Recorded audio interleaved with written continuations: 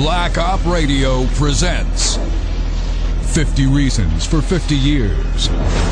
Why the Warren Commission may be the greatest fraud perpetrated on the American public.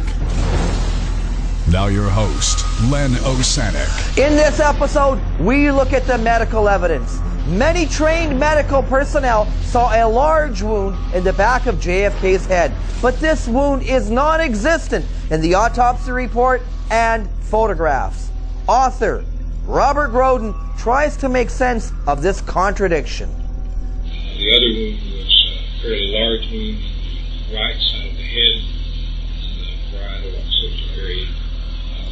See blood and brains with cerebral fragments. This is Robert Groden. As we approach the 50th anniversary of the assassination of President Kennedy, it dawns on me that one of the most important issues that we have relates to the medical evidence, and that is the witnesses that actually saw the president's body. When I started interviewing the Dallas doctors, back when I worked for the House Assassinations Committee in the late 1970s, I was able to come up with 24 witnesses that saw the president's head and described it.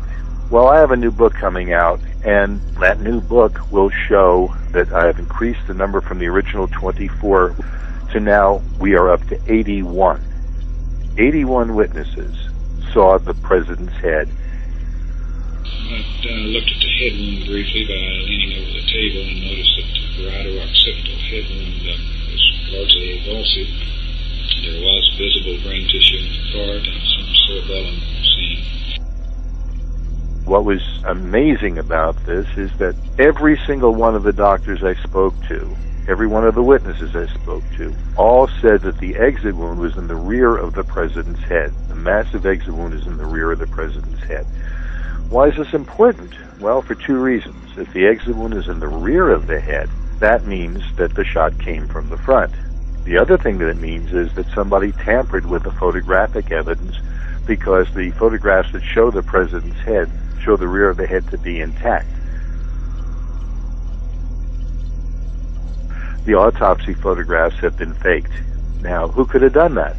They were in possession of the National Archives and the government the whole time since they were taken by elements of the Department of the Navy until now. These photographs are the most important evidence since the Zapruder film. And the fact that the photographs have been faked, and the fact that the witnesses were ignored by every investigation that's ever looked at the president's assassination, shows that we are dealing with not just mistakes, not just a matter of opinion, but we're dealing with a massive cover-up from the highest levels of government. The final report of the House Select Committee, published in 1979, claimed that the Dallas witnesses were mistaken about a rear head wound, because all the witnesses at Bethesda Hospital testified to the committee that such a wound was not observed there. But when the classified interviews were released in the 1990s, it turned out that most of the Bethesda witnesses indeed also saw a large wound in the back of Kennedy's head.